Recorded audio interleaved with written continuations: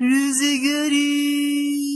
مرد هوس سکس روی مبل کرد و با همسرش نصف شب به حال رفتند.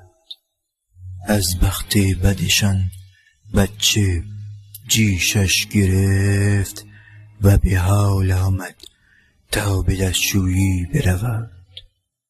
در این حین چشمش به صحنه دهشتناک سکس پدر و مادرش افتاد. بچه گفت دارین چی کار میکنید؟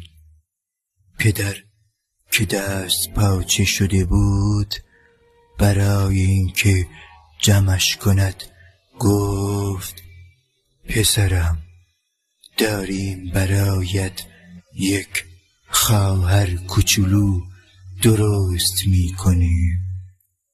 بچه گفت گه نخور، تو که داری از کون میکنیش.